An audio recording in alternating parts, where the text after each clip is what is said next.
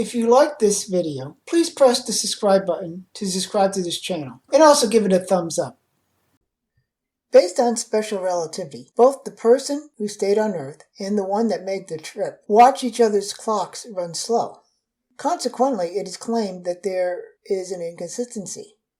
One frequent solution that has been proposed is that time dilation is an illusion and that the two twins would still be the same age. The simple solution is the fact that the individual who makes the trip is moving relative to the entire rest of the universe.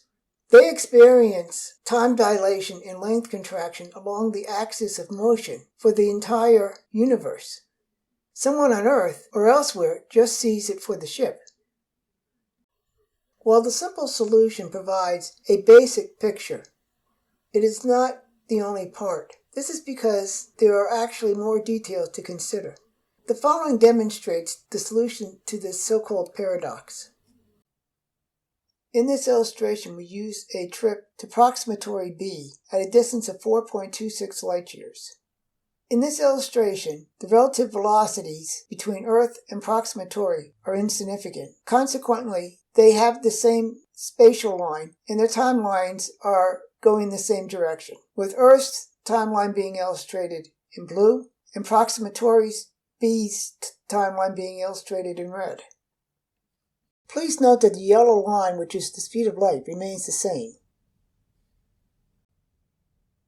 When you add the ship, it starts out with the same spatial plane and same time direction as Earth. As the ship accelerates, its space axis and its time axis move towards the speed of light relative to those of the Earth in proximatory B.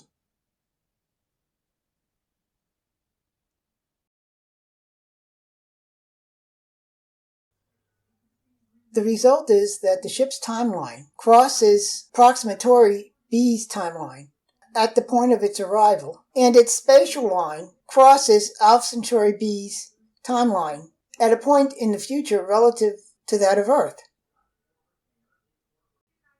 Once the ship arrives at Alpha Centauri B, its timeline crosses the Earth's timeline at the point of its departure, and its spatial line crosses the Earth's timeline at a point in the past relative to proximatory B, but still in the future for the time of departure from Earth. As the spaceship decelerates, its time axis begins to tilt towards that of proximatory B, and its spatial axis tilts towards the spatial axis of both Earth and proximatory B at the time of its arrival. As a result, everything is temporally and spatially aligned again. However, the ship experienced less time and traveled less distance. This simulation shows the voyage from both perspectives. On top, we have the perspective of both Earth and proximatory B. On the bottom, we have the perspective of the ship. As the ship accelerates, note how its perspective of both the Earth and proximatory B changes. Furthermore, note how much time elapses on proximatory B during this acceleration.